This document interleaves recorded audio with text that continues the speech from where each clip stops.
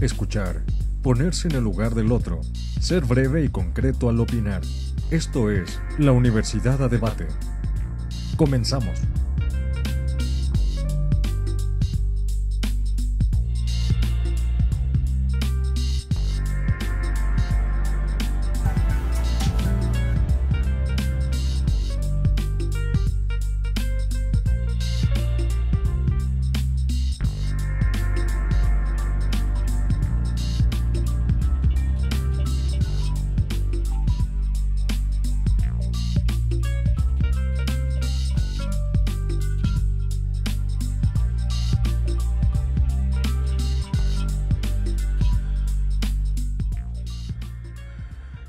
Muy buenos días, queridos radioescuchas, un poco agitado por las puercas escaleras de siempre.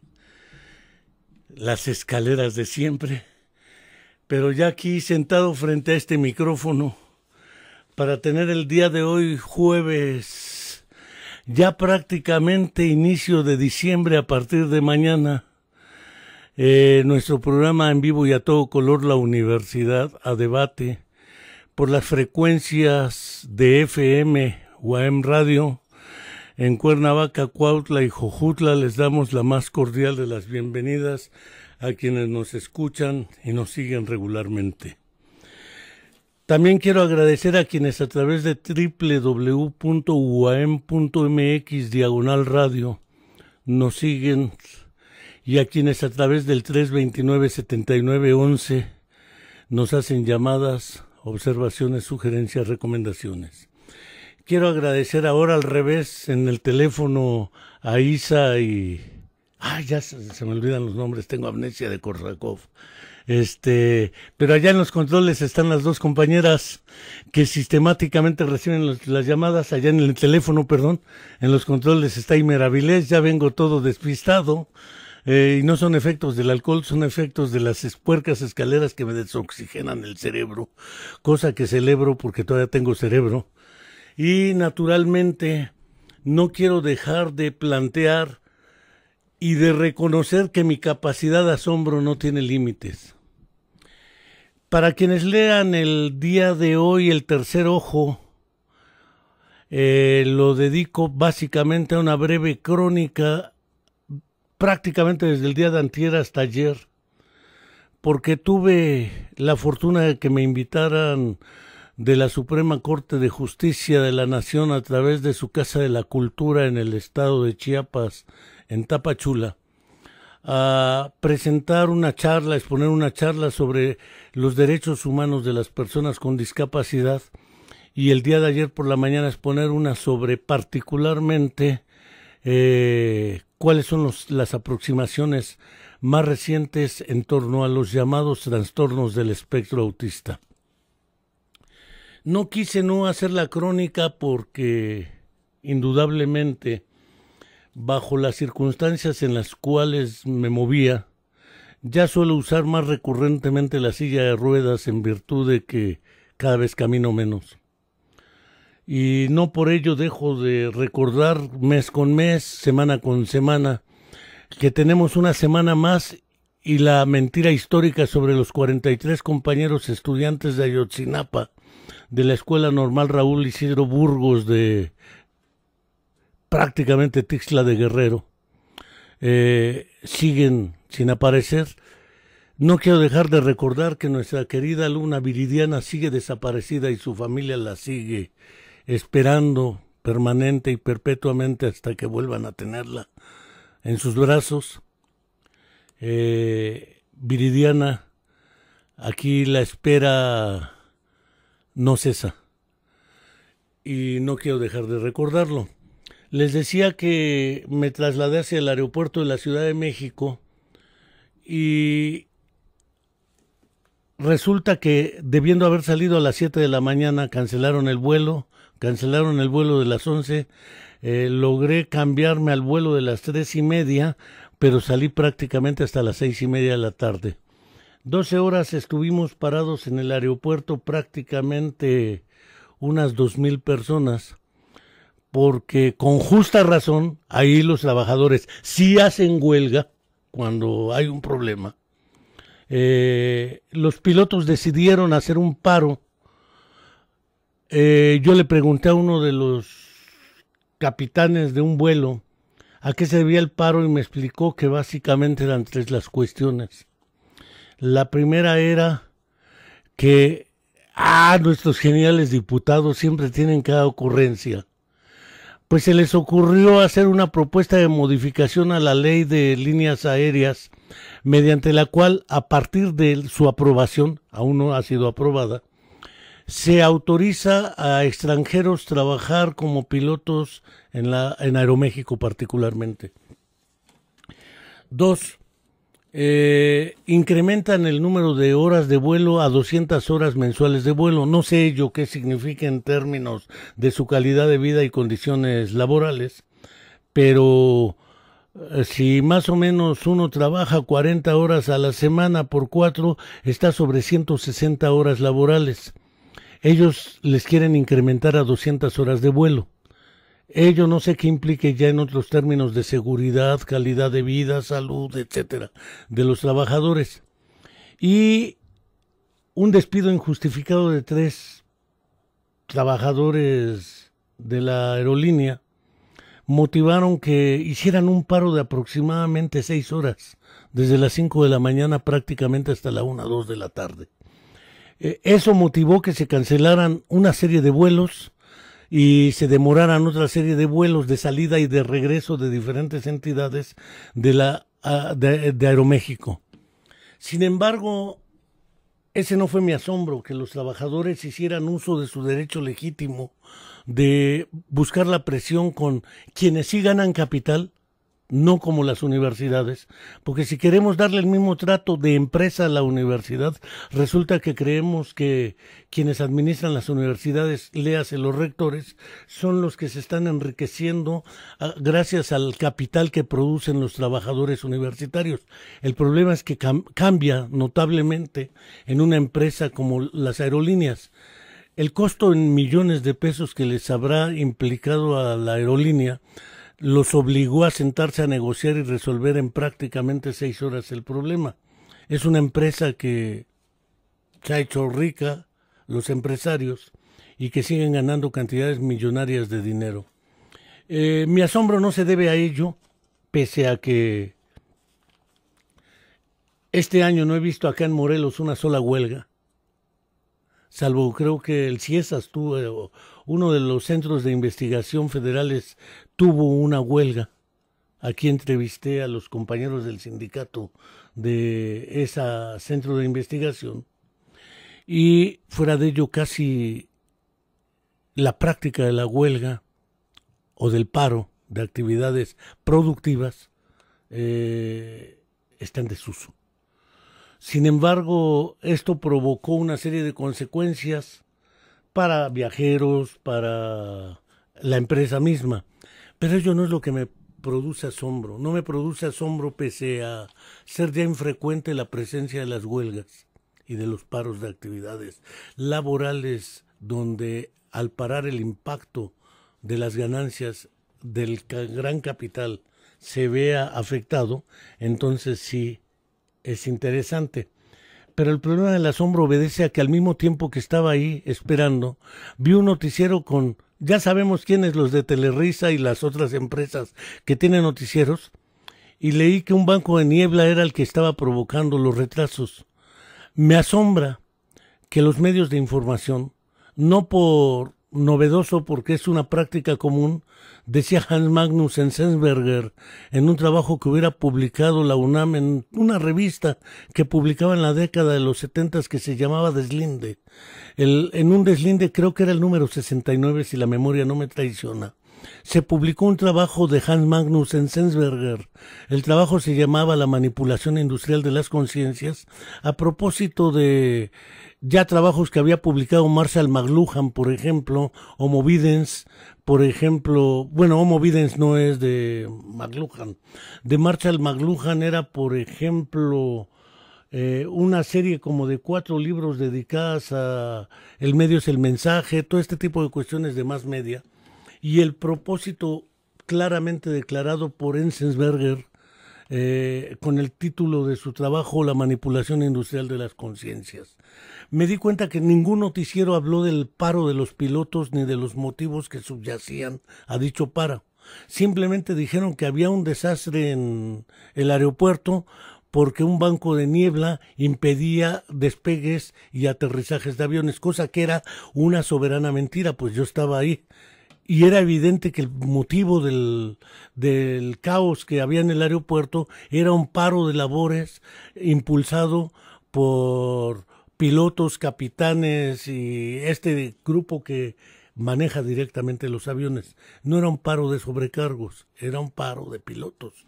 Esto hizo que no hubiera maneras de asegurar prácticamente todo el día las operaciones de la aerolínea. No me asombra que los noticieros de las televisoras y de ciertos medios se encarguen permanentemente de ocultar, tergiversar, manipular la información con fines declaradamente abiertos de manipulación industrial de las conciencias. Enzensberger no erraba el título y naturalmente quizá valga la pena recordar El hombre unidimensional de Marcuse, una serie de trabajos ya muy clásicos a propósito del tipo de seres humanos que los más media pretenden formar. Ya el mismo Vance Packard, habiendo publicado un trabajo muy famoso en aquella época, Las formas ocultas de la propaganda, una editorial seguramente venezolana, de nombre Sudamericana, publica este trabajo de las formas ocultas de la propaganda de Vance Packard, donde analiza también el papel de todo lo que llena los más media, televisión y radio, entre canción y canción o entre programa y programa, y resulta que lo que es el negocio es toda la estrategia publicitaria y toda la estrategia de promoción que le dieron prácticamente todo un día, todas las primeras planas a la candidatura de José Antonio Meade, el doctor Meade, dicen, aunque un camarada de cuyo nombre sí puedo acordarme, Dominique, el doctor Dominique, decía cambiémosle la A por una R y va a decir merde, que en francés no lo traduzco, pero pueden buscar el término merde en francés y van a ver quién es el candidato del PRI según el doctor de Vogel, que me parece muy clara su precisión lingüística. Él se dedica a esas cuestiones del lenguaje y la lingüística. No quiero dejar de decir que me asombró el hecho, porque todavía habiendo partido 6:30 de la tarde, llegué prácticamente a las 8 de la noche a Tapachula, la conferencia que me tocaba impartir de los derechos humanos de las personas con discapacidad. Era a las 5 de la tarde. Lo que me sorprendió también, y no pierdo mi capacidad de asombro, es que las personas que esperaban a las 5 escuchar la charla permanecieron sentados hasta que llegara solidariamente y me tocó exponer la charla sobre derechos humanos y personas con discapacidad de 9 a 10 de la noche, en la Casa de la Cultura Jurídica de Tapachula de la Suprema Corte. Me sorprende que hayan esperado 4 horas prácticamente para escuchar una charla de prácticamente 45 minutos. Me sorprende el interés que tiene. Ahora me invitaron una semana antes a la Casa de la Cultura Jurídica de Cuernavaca, la doctora Aura Hernández, también de la Suprema Corte, a hablar prácticamente del mismo tema, los derechos humanos de las personas con discapacidad. No deja de sorprenderme que la Suprema Corte de Justicia de la Nación esté dedicando prácticamente en todas sus casas de la cultura una serie de actividades para promover y difundir la defensa, el ejercicio y la irrestricta protección de los derechos humanos de las personas con discapacidad. Pero vamos al corte y regresamos, queridos radioescuchas. Opina o formula una pregunta al 32 97 911. Una pausa. Ya volvemos. La Academia General de Física de la UAM convoca a sus concursos. 26ª Olimpiada Estatal de Física 2018, el 10 de febrero. Inscripciones antes del 27 de enero. 11º Concurso Estatal de Talentos en Física 2018, el 24 de febrero. Inscripciones antes del 10 de febrero. Y el 9º Concurso Estatal de Aparatos y Experimentos de Física 2018, el 9 de marzo. Inscripciones antes del 24 de febrero. Consulta las sedes y las bases de cada categoría en www.uam.mx/olimpiadas. No te quedes sin participar. Te invitamos a la presentación del video documental Masehualtlazonzontli, que se realizará el jueves 30 de noviembre a las 10 de la mañana en el auditorio de la Facultad de Estudios Superiores de Cuautla y a las 5 de la tarde en el Salón Azul del Museo de la Ciudad de Cuernavaca. La entrada es libre. Si deseas más información, llámanos al 329-7000, extensión 2286. Organiza la Dirección de Cultura en colaboración del Instituto de Investigación en Humanidades y Ciencias Sociales UAM.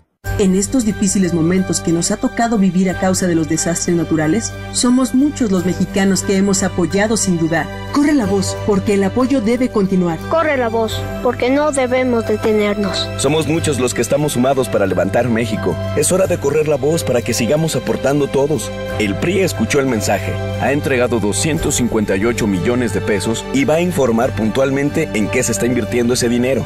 Primero, lo primero. Primero es México. PRI. Hablar con seguridad y libertad, sin temor a la crítica. La Universidad a Debate. Continuamos. Y bien, queridos radioescuchas, comentaba que no perdía mi capacidad de asombro porque ya se había comentado a través de estos micrófonos en un noticiero el día de antier, probablemente en el que conduce en las mañanas Jaime Luis Brito, a través de la voz de Julio Román, que con una brigada del Programa Universitario para la Inclusión Educativa y Atención a la Diversidad de nuestra universidad y de estudiantes de la carrera de Psicología y Educación de la Escuela de Estudios Superiores de Tepalcingo, hemos estado visitando la comunidad de Hueyapan en Tetela de Volcán y hemos encontrado particularmente 48 personas con discapacidad que no existen ni siquiera estadísticamente, porque algunos de ellos no tienen ni acta de nacimiento ni están registrados. No existe en la región un centro de atención múltiple ni una escuela que tenga USAER. En consecuencia, estas personas han carecido a lo largo de su vida, en los rangos de edad que encontramos, falta de atención en salud y en educación. De estas personas, muchas de ellas tienen epilepsia declarada con convulsiones, tienen mal o enfermedad de Parkinson, algunos muy jóvenes, tienen mucha parálisis cerebral y me preocupa, me asombra que haya tantas personas con discapacidad en una comunidad como Tetela. Los familiares me comentaban que muy probablemente ellos pensaban que hubiera algún factor genético, pero viviendo en el volcán, quién sabe qué respiren. ¿Quién sabe qué exhala el volcán en realidad? ¿Qué tipo de agua consuman? Entonces, probablemente más allá de factores genéticos haya una serie de factores teratógenos que ayudan a que la incidencia de este tipo de fenómenos se presenten y que además no tengan atención y medicación, porque son medicamentos para atender estos problemas prácticamente controlados y no hay tampoco el servicio de salud médica para brindarles ni el diagnóstico ni la atención médica que es imprescindible para estos casos. No deja de sorprenderme el tema de la discapacidad, que se discuta en Tapachula, que se discuta en Cuernavaca, que se discuta en prácticamente todas las casas de cultura de la Suprema Corte de Justicia de la Nación, y que además sea bajo la óptica no de una aproximación clínico-terapéutica, sino desde la perspectiva de la defensa de los derechos humanos de las personas con discapacidad. Ese asunto me parece curioso. Quizá el único problema que sigue siendo o sigue estando pendiente es el problema de la exigibilidad para el aseguramiento pleno del ejercicio del derecho a la inclusión, sea a la salud, a la vida comunitaria, a la educación, al trabajo, etcétera, de las personas con discapacidad. No deja de sorprenderme el problema de la celeridad con la cual, porque ayer leí también la noticia, estando en Tapachula, de que el doctor Jesús Alejandro Vera se presenta públicamente, denuncia la persecución política judicializada de que ha sido objeto, llega amparado naturalmente. Quienes critican que la gente se ampare, habían de leer a Héctor Fix Zamudio. No, pero ¿qué les voy a recomendar leer? Si no leen ni en defensa propia, no han de leer ni los subtítulos de las películas, las han de ver dobladas al castellano. Por eso nada más les da por decir el señor amparitos, porque se ampara, pero el amparo es un derecho. Y la Ley General de Amparo, Héctor Fix Zamudio le dedica mucho tiempo mexicano. Pero ¿qué va a saber este ignorante de lo que significa la Ley General de Amparo? Esa ley fue creada para impedir que un acto de autoridad prive de la libertad física o de la vida a una persona por motivos de carácter político o económico infundados jurídica o judicialmente. Entonces, no es que cualquiera se ampare para evadir la ley. La Ley General de Amparo fue para proteger al ciudadano contra actos autoritarios de autoridad. Y si no lo entienden estos ignorantes de esa manera, que se pongan a leer. Es más, la Casa de la Cultura Jurídica del Estado de Morelos, en Cuernavaca, tiene un diplomado sobre teoría general del amparo.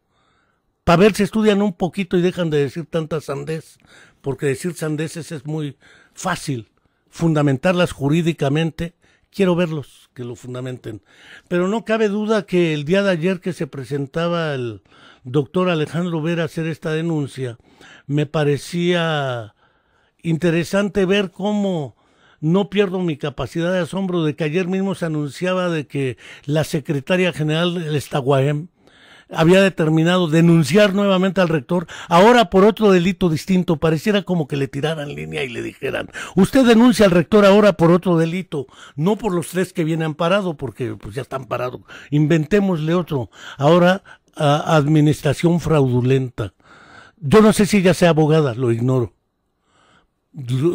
completamente si es abogada o estudió la licenciatura en Derecho.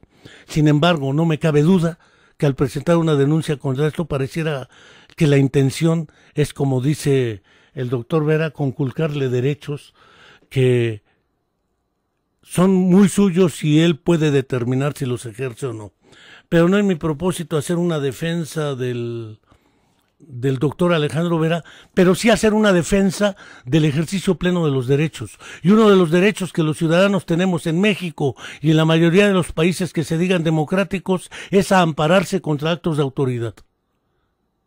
Y si queremos juzgar a alguien porque hace uso legal y legítimo del derecho de amparo para proteger su integridad contra actos de autoridad, me parecen excesos éticos, ideológicos y políticamente infundados. Y que así lo digan, estamos en contra de él porque cuando yo era estudiante iba a reprobar, iba a ser dado de baja por 5ª reprobada en la UAM y me cambiaron de facultad y me revalidaron mis materias y entonces me titulé por otra facultad, etcétera. Que seamos claros, porque si somos claros las cosas se dejan. No dejo tampoco de asombrarme porque ya de regreso en el vuelo, la Fundación Oliver Sacks, un gran neurólogo afamado y ampliamente conocido, y que solo por soberbia me jacto de, creo haber sido uno de los primeros que pidió los libros de Oliver Sacks en esta universidad, hace ya unos poco más de 30 años, 32 años, en la Facultad de Psicología. La Fundación Oliver Sacks ahora ha tenido el bien de editar un libro que se llama El río de la conciencia.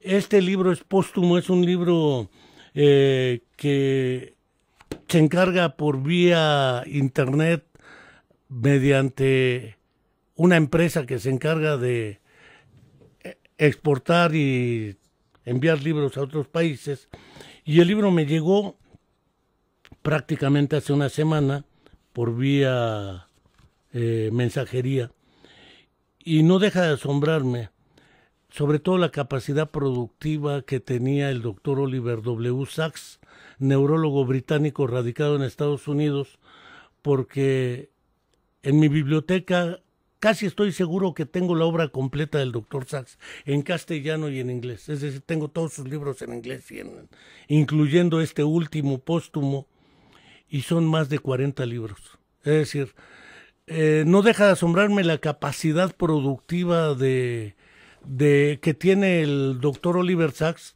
Hubo un psicólogo de nombre Stephen Toulmin que, haciendo la comparación entre la prolífica obra del epistemólogo y biólogo suizo Jean Piaget y la obra breve, prácticamente de 5 de 10 años que dedicó a la psicología, porque 5 de ellos los dedicó al hospital por una tuberculosis galopante, Lev Semyonovich Vygotsky, entre 1924 y 34, ha producido una obra no muy extensa, pero sí muy profunda e impactante para el desarrollo de la psicología. Curiosamente, Piaget produjo una obra bastante profusa y profunda al respecto. En ese sentido, Stephen Toulmin, haciendo una comparación con la prodigiosa obra de Wolfgang Amadeus Mozart, escribió un artículo intitulado El Mozart de la psicología, dedicado precisamente a el buen Jean Piaget.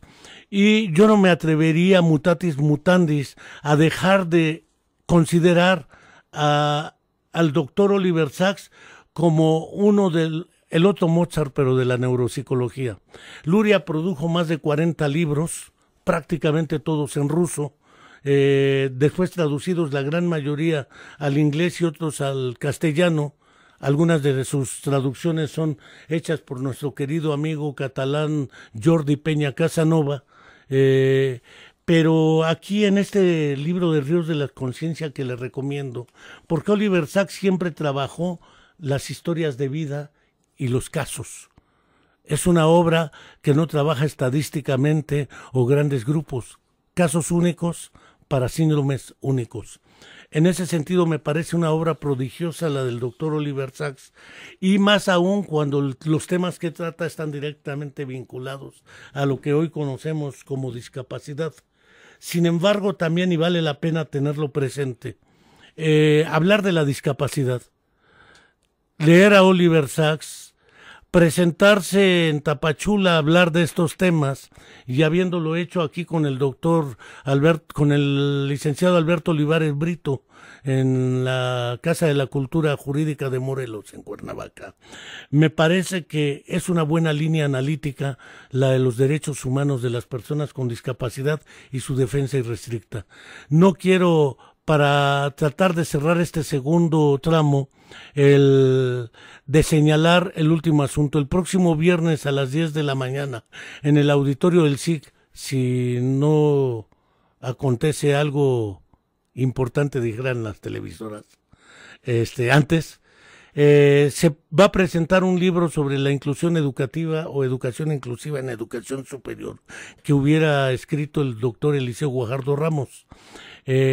Quienes quieran escuchar algo sobre estos asuntos del ejercicio pleno del derecho a la educación de las personas con discapacidad, pero no solo de las personas con discapacidad, está cordialmente invitado para que este viernes a las 10 de la mañana en el auditorio del SIC no deje de escuchar la presentación de este libro, Educación Inclusiva en Educación Superior, donde curiosamente analiza qué pasa en la UAM con este programa de inclusión educativa y atención a la diversidad. Vamos al corte y regresamos.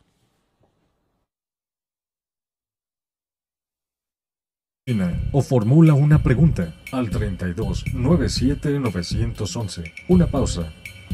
Ya volvemos. Radio Universidad Autónoma del Estado de Morelos, transmitiendo en 3 frecuencias desde Avenida Universidad 1001, Colonia Chamilpa, 106.1, Cuernavaca, 89.7, Cuautla, 91.9, Ojutla. Llámanos al 329-7911. Somos UAM Radio.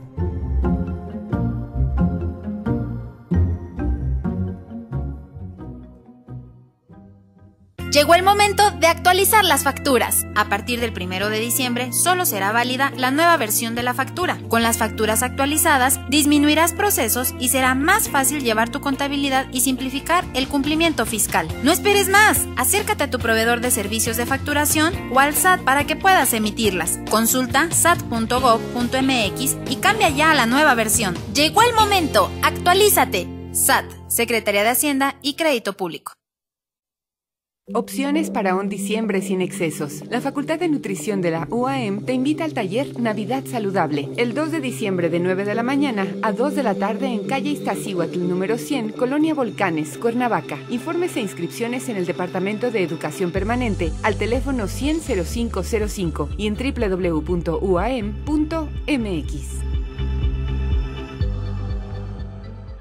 Tú estás en época de merecer. Y yo estoy en época de merecer. Nosotras también. Sí, todos están en temporada de merecer, porque gracias al esfuerzo de todo un año, mereces tu aguinaldo. ¿Merecer qué? Tu aguinaldo, el cual deberás recibir antes del 20 de diciembre. No importa el nivel que tengas, el aguinaldo es tu derecho. Si tienes dudas del pago o no lo recibes, ven a la Procuraduría Federal de la Defensa del Trabajo. Llama al 01800-911-7877. Visita www.gov.mx/Profeder. Secretaría del Trabajo y Previsión Social. Gobierno de la República. En Morelos, lo bueno cuenta. Duplicamos el número de escuelas de tiempo completo al pasar de 284 a 595. Más de 125,000 jefas de familia cuentan con seguro de vida, que protege a sus hijos si ellas llegaran a faltar. 1 millón de morelenses reciben atención médica con el Seguro Popular y más de 750,000 cuentan con Seguro Social. En Morelos, queremos que lo bueno siga contando.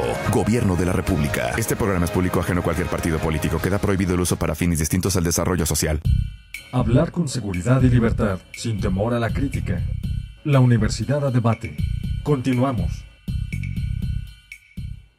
Decía, queridos radioescuchas, que efectivamente esta idea prolífica en torno a la discapacidad, en torno al ejercicio de los derechos humanos, en torno a su difusión y defensa irrestricta de cualquiera de los derechos, el derecho a la vida, a la libertad, al movimiento, cuando no se ha cometido delito juzgado alguno.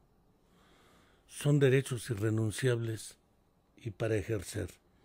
Ya le comentaba aquí mismo en estos micrófonos al doctor Alberto Olivares Brito que si me da por estudiar otra licenciatura no me cabe duda. Voy a elegir Derecho porque parece ser que hay que estar bastante bien pertrechado para la protección y la defensa, para el aseguramiento y para propiciar las condiciones favorables que permitan al ser humano gozar la libertad, la democracia y ejercer con dignidad sus inquietudes, sus intereses, sus intenciones. Sobremanera porque pues desde los trabajos de Daniel Dennett en filosofía, no el de la conciencia explicada, sobre todo el de el reconocimiento que antes que nada somos seres intencionales. Cuando hablamos, expresamos o hacemos algo, es porque hay una intención que le subyace a cada uno de nuestros actos, o a nuestros actos en conjunto le subyacen una serie de intenciones que no podemos eludir. Cuando empezamos a leer argumentos, infundios, denuestos, cuando empezamos a leer anatemas, cuando empezamos a leer una serie de adjetivaciones y una serie de pretendidas explicaciones en torno a lo real, es porque no me cabe la menor duda, siguiendo a Daniel Dennett, que quienes hacen esta serie de expresiones, manifestaciones y acciones, a estas les subyacen una serie de intenciones explícitas o implícitas. Y no cabe duda que estas intenciones explícitas o implícitas son intenciones que permiten al sujeto de la actividad orientar selectivamente su actividad en la realidad que nos corresponde vivir. En este sentido, no tengo la menor duda de ello. El problema de ejercer o no ciertos derechos, por ejemplo, comentaba con los intérpretes de lengua de señas mexicana de la Asociación de Intérpretes de Lengua de Señas, que ahora ya en la Suprema Corte, en el Poder Legislativo, sea Cámara de Diputados o de Senadores, o algunos gobiernos locales, gobernadores, la presidencia misma de la República, cada vez que emiten un discurso, van a algún evento, llevan intérpretes de lengua de señas mexicana para que las personas y comunidades de personas con sordera no queden marginadas de acceder a la información que se está virtiendo. Más aún, todas las personas con discapacidad tenemos el derecho, y subrayo derecho, la obligación es ético-política de votar por la preferencia de nuestras convicciones, intereses, intenciones o propósitos, valores, creencias, qué sé yo. Pero no solo ello, hasta ahora no he visto, por ejemplo, que un personaje sordo sea diputado o senador, porque si los que tenemos parecen no escucharnos, ¿por qué una persona sorda no pudiera ser diputada o senadora o gobernadora? Y que entonces el intérprete de lengua de señas sirviera para traducir a voz viva el pensamiento de las personas con sordera, para que quienes no lo son podamos escuchar, o quienes no lo somos podamos escuchar a través de otras voces los sentimientos, los pensamientos y las creencias que las personas con sordera tienen. ¿Por qué no ir generando el conjunto de condiciones que permitan a las personas con discapacidad, en ese caso mencionaba la sordera, y naturalmente las implicaciones que para la comunicación en la vida cotidiana y en la vida escolar implica? Podemos pensar no solamente en la sordera, podemos pensar en las personas con déficits intelectuales debidos a diversos síndromes genéticos, a problemas al nacimiento, a diversos eventos que afectan la actividad o la propia organización funcional del cerebro. Y, ¿por qué no?, de las personas que por otras razones tenemos deficiencias físicas, no intelectuales, no sensoriales, o quienes por otras razones, entre ellas condiciones de calidad de vida durante el envejecimiento y enfermedades crónico-degenerativas, van provocando un conjunto de circunstancias que hacen que estas personas sean efectivamente discapacitadas a partir de cierto periodo de su vida. Es decir, enfrenten bajo ciertas circunstancias una condición discapacitante. Esto naturalmente implica reconocer que el ejercicio pleno del derecho es inalienable. A nadie lo podemos juzgar por hacer uso de sus derechos, salvo que queramos erigirnos en fiscales de inquisiciones que determinan quién sí tiene derecho a ejercer el derecho y quién no tiene derecho a ejercer el derecho. Y eso me parece discutible ética, política y jurídicamente. Por ello es que no tengo la menor duda de ello. Mi capacidad de asombro entre antier y ayer no cesaba por este fenómeno del ejercicio pleno de los derechos fundamentales del ser humano, que a raíz de las modificaciones a nuestros artículos 1 y 2 de la Constitución trasladan lo que en otro momento se consideró las garantías individuales que aparecían en nuestra Constitución de 1917 para tornarse en el ejercicio pleno de derechos humanos de todos los habitantes de este país, hubiésemos o no nacido en este país. De otra manera, parece ser que el ejercicio del derecho queda condenado o queda sujeto a la supervisión y vigilancia de otros personajes que se autoerigen en los Torquemadas, que dictaminan quién puede o no ejercer derechos y bajo qué circunstancias los puede ejercer. Si alguien dice, me interesa ejercer este derecho, se le condena. Si no lo dice y lo persiguen para impedir que ejerza ese derecho, pues entonces, ¿qué estructuras políticas y aparentemente democráticas estamos enfrentando donde la persecución política judicializada se vuelve herramienta de ciertos personajes que ostentan el poder público o político para impedir que alguien sea capaz de ejercer sus derechos? Este es el quid de la cuestión. No considero que el quid de la cuestión sea quién es, qué ha dicho a lo largo de su vida, qué ha hecho o no ha hecho, porque si no nos valemos de argucias conocidas como la falacia ad hominem. Es decir, tratamos de descalificar a la persona y al descalificar a la persona descalificamos lo que haga o diga. Y entonces decimos, pues no que no sé, no que no. Bueno, ¿y qué pasa si sí?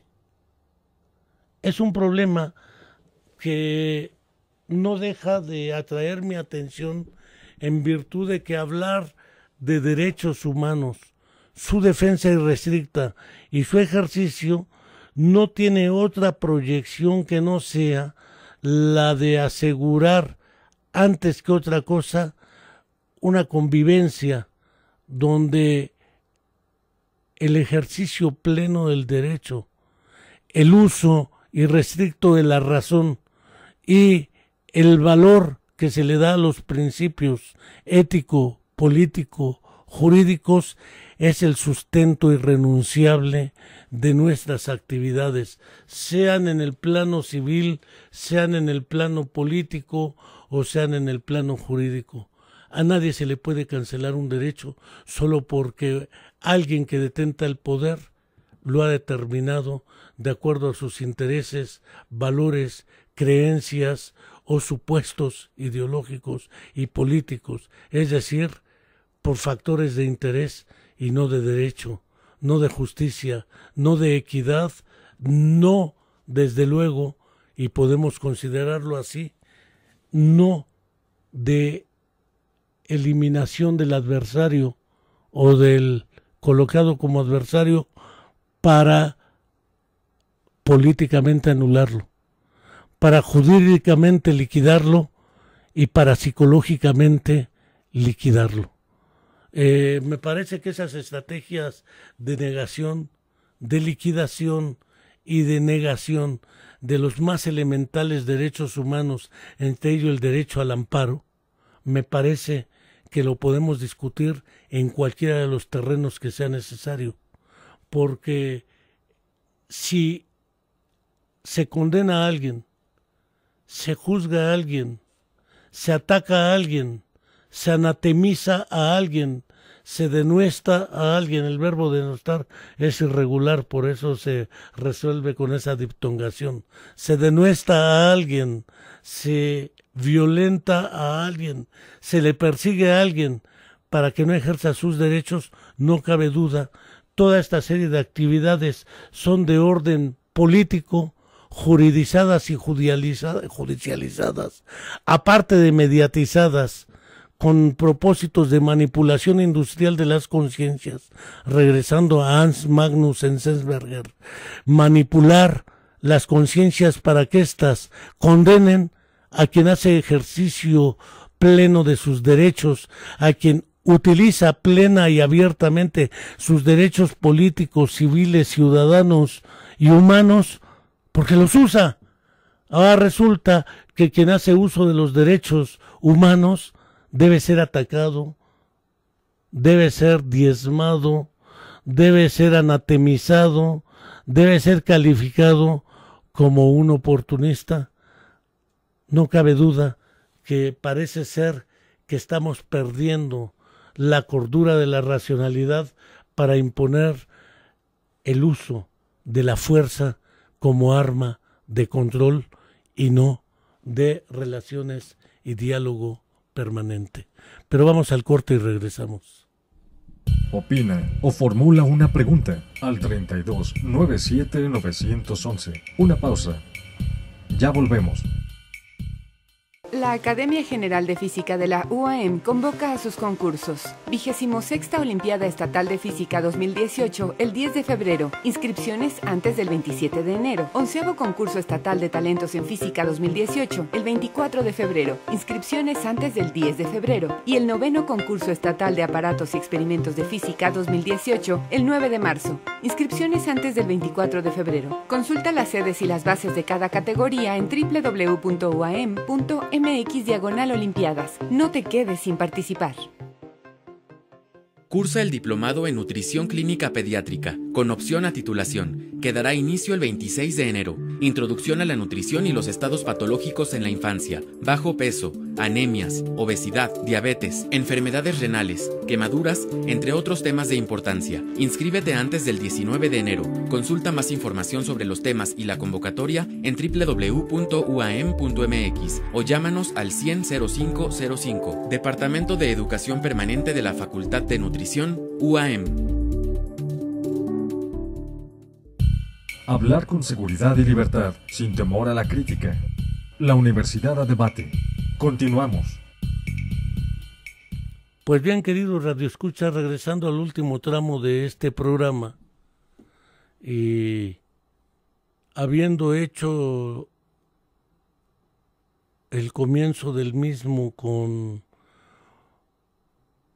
una especie de crónica de un paro de pilotos aviadores de Aeroméxico, una situación conflictiva en el aeropuerto de la Ciudad de México, un buen viaje hacia la ciudad de Tapachula en Chiapas y la presencia toda esta semana, desde la semana anterior, en Cuernavaca, en la Casa de la Cultura Jurídica, de la difusión, la divulgación, la protección, la divulgación de protocolos de la defensa y protección de los derechos fundamentales del ser humano.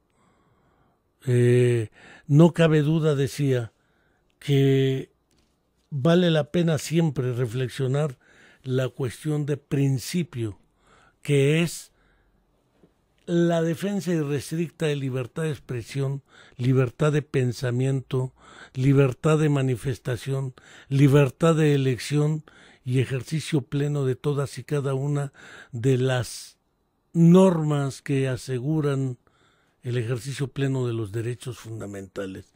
El derecho a la salud, el derecho a la vida, la libertad de movimiento, etcétera.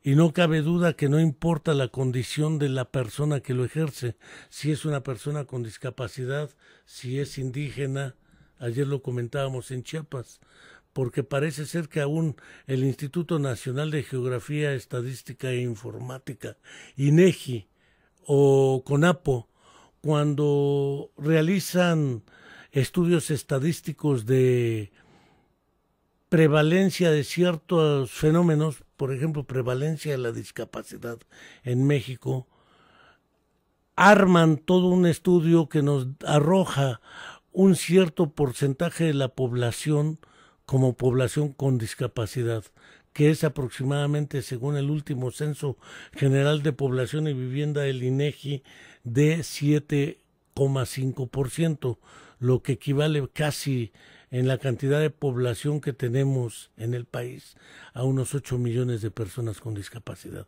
Sin embargo, hay un problema aún no resuelto teórica y metodológicamente, porque hablan también de 10 millones de personas indígenas que viven en comunidades originarias. Y la pregunta es obvia, ¿y entre las personas indígenas no habrá personas con discapacidad? Porque uno es el grupo de personas con discapacidad, otro es el grupo de las personas con usos lingüísticos o costumbres y vida originaria de comunidades indígenas. Tenemos personas colocadas en la tercera edad, 60 o más años, que después de esas edades, algunos por consecuencias de enfermedades crónico-degenerativas o de ciertos eventos vasculares, cerebrales, qué sé yo, se discapacitan también. Es decir, tienen una serie de condiciones y circunstancias que los van mostrando como personas con discapacidad derivada de sus propias condiciones de vida y del entorno donde se encuentran. Y estas personas tampoco aparecen en las personas con discapacidad. Ello significa que indudablemente hablar de las personas con discapacidad, como ahora se utiliza pomposamente en el discurso de los eufemismos, las poblaciones vulnerables. Y en las poblaciones vulnerables ponen a las mujeres, por ejemplo, pues resulta que más de la mitad de la población de México es vulnerable solo por condiciones de género. Los indígenas son poblaciones vulnerables. Más de la mitad de la población en México vive en pobreza o pobreza extrema. En consecuencia, también es vulnerable la pobreza. Pobreza, género, discapacidad, etnicidad, etcétera. A la vuelta del tiempo parece que no se han hecho los estudios seriamente como para saber la prevalencia de cada una de las condiciones que supuestamente el INEGI y el CONAPO han podido o han tratado de ir por lo menos describiendo, ya no digamos explicando en su naturaleza causal o en su naturaleza prácticamente de condiciones que la hacen posible para poder afrontarla. No cabe duda que hablar de alguna manera de estos fenómenos como es la discapacidad, los derechos humanos, las políticas públicas de inclusión laboral, de inclusión educativa, de inclusión y del ejercicio. Por ejemplo, voy a mencionar solamente dos fenómenos que han sido poco estudiados y discutidos en nuestro país, que es el ejercicio del derecho a la sexualidad plena de las personas con discapacidad, sobre todo aquellas que tienen cuadriplegias, tetraplegias, hemiplegias, paraplegias, porque además físicamente dependen de otro para desplazarse, moverse y realizar sus actividades de la vida cotidiana o ABC, actividades básicas cotidianas. Entonces requieren de otro, que ese otro se torna en el cuidador primario, y ese cuidador primario requiere también cuidados porque si no va a entrar en un síndrome de burnout en el mejor de los casos, y en el peor va a reventar totalmente todo el sistema y la dinámica familiar.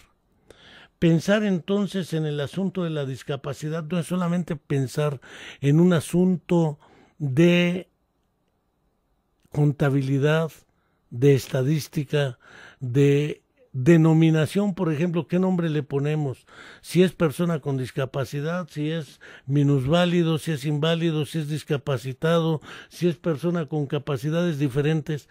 En realidad, esas discusiones nominalistas siempre han conducido a poner el nombre que supuestamente hiera menos, pero el problema sigue siendo otro, el ejercicio pleno del derecho.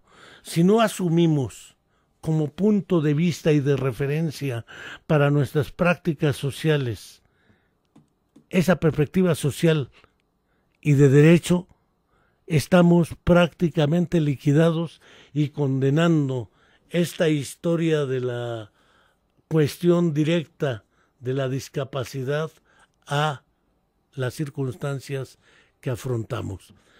Pero no quiero dejar de señalar que el día de hoy, así muy brevemente, abuelo de pájaro, aquí con nosotros, el doctor Jesús Alejandro Vera, rector aún en funciones, man que les pese y digan lo que digan los demás, de nuestra Universidad Autónoma del Estado de Morelos. Doctor, buenos días. Enrique, un gusto. Un placer estar aquí contigo y con todos los que siguen siempre con gusto tu programa. Pues trataremos de ser muy breves porque nada. Pocos minutos tenemos, sí, así tenemos 5 minutos y en esos 5 minutotes me interesa una pregunta, porque yo estaba en Tapachula antier y ayer después de una odisea, de un paro de pilotos, porque ahí sí paran los trabajadores, Aquí en la UAM. No, pues como debe ser. Sí. Ahí sí pararon y le causaron un desmoder y económico. En Oaxaca y en todos lados, en Michoacán, pero bueno, estamos hablando de otras conciencias. De otros trabajadores y de otras conciencias. No sé si de otros trabajadores, Yo creo que habría que Es que esos son trabajadores que sí producen capital. Es más bien el análisis económico, pero no me quiero meter por ahí. Estaba hoy discutiendo el asunto del ejercicio de los derechos en torno a las personas. Mucho se ha discutido si ahora que llegas con amparos estás eludiendo la ley o no gracias a los amparos. Pero decía, el ejercicio del derecho es inalienable para cualquier mortal, incluyéndote. Salvo que Fray Juan de Torquemada se erija en censor y diga, menos Alejandro Vera. Pero ¿cómo no voy a acudir al amparo de la justicia federal si me acusan, integran una carpeta de investigación, me niegan el acceso a la misma, la judicializan y libran una orden de aprehensión contra mí, contra mi esposa, por algo que ni sé? ¿Cómo no vas a buscar la protección de la justicia federal? Y justo ese es el fondo del asunto por el cual el juez concede el amparo y dispate. La libertad de estas personas queda bajo mi jurisdicción. Es que yo estaba pensándolo en términos casi muy hegelianos, ahorita ando bien hegeliano. La racionalidad del ejercicio del derecho. ¿Es tu derecho a ejercer el derecho al amparo? Pues claro. No te puede ser negado, porque si no ahora todo el mundo dice, no, pues ya llegó el doctor Amparitos. No, y el amparo tiene una salvedad de que tú no puedes hacer un uso abusivo del amparo y con eso tratar de huir y eludir tu responsabilidad de comparecer ante el juez que te está imputando o tratando de imputar un delito. Entonces, en ese sentido, pues aquí estoy. Es decir, como mencionaba Héctor Fix-Amudio, la Ley General de Amparo es para protegerte contra actos de autoridad que violen tu integridad, tu vida o tu libertad. Y tus derechos. Y tus fundamentales. Derechos. Entonces, no cabe duda que haces uso de ellos en pleno acto consciente, voluntario y de autorreferencialidad de que no eres el delincuente ni el prófugo de la justicia. No, en absoluto. Y por supuesto que no voy a hacer un uso abusivo de este amparo y por eso pues aquí estoy en la universidad, aquí estoy en el estado con proyectos y con ganas de trabajar en pro de la reconstrucción de nuestro estado, pero no solo en términos físicos, sino morales y por supuesto también legales. Hay que recuperar el Estado de Derecho. El segundo asunto que me interesa y que me parece que es imprescindible dejar bien claro porque he leído y releído opiniones contra opiniones y demás. La universidad, bueno, sigue siendo rector en funciones, el doctor Gustavo Urquiza Beltrán es el rector electo. Así es. La coartada que sacaba el gobierno, por lo menos estatal, era de que no hay dinero hasta que te vayas. Ahora sí, de cenas y te vas, dijera Fox a Fidel Castro. Tú ayer señalaste explícitamente, si esa es la condición, me voy. Sí.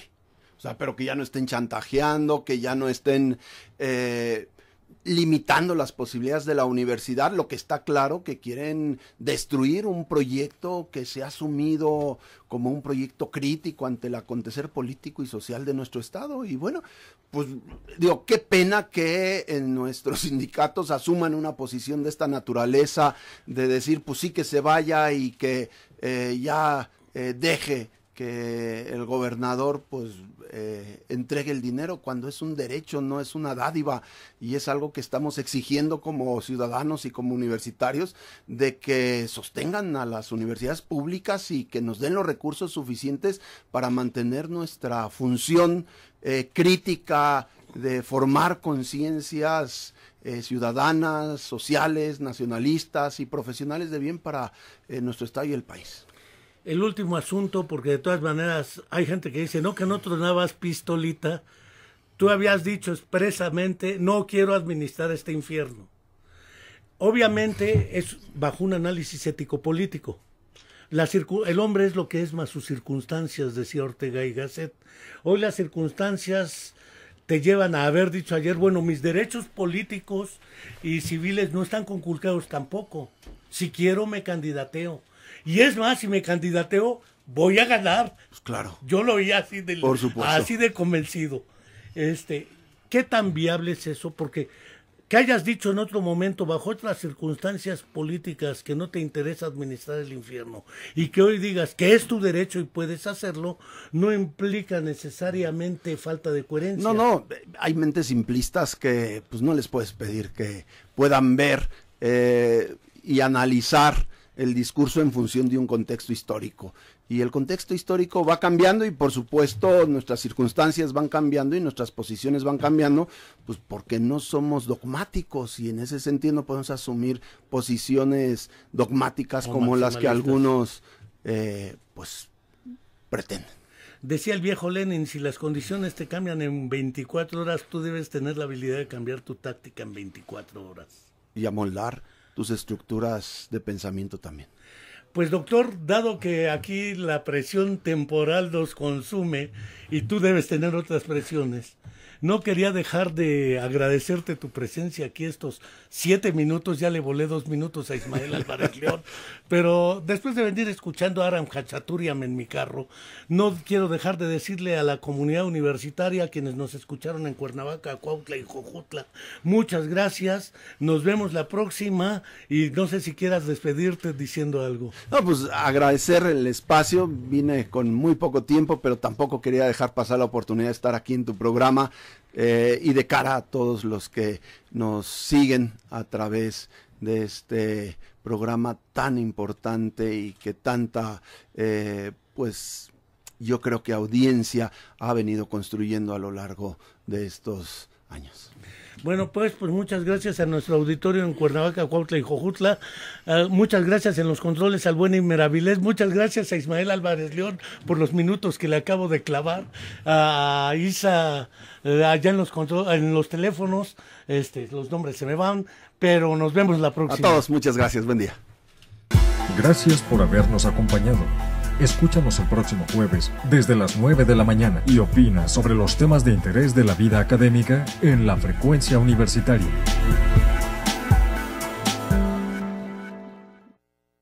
Somos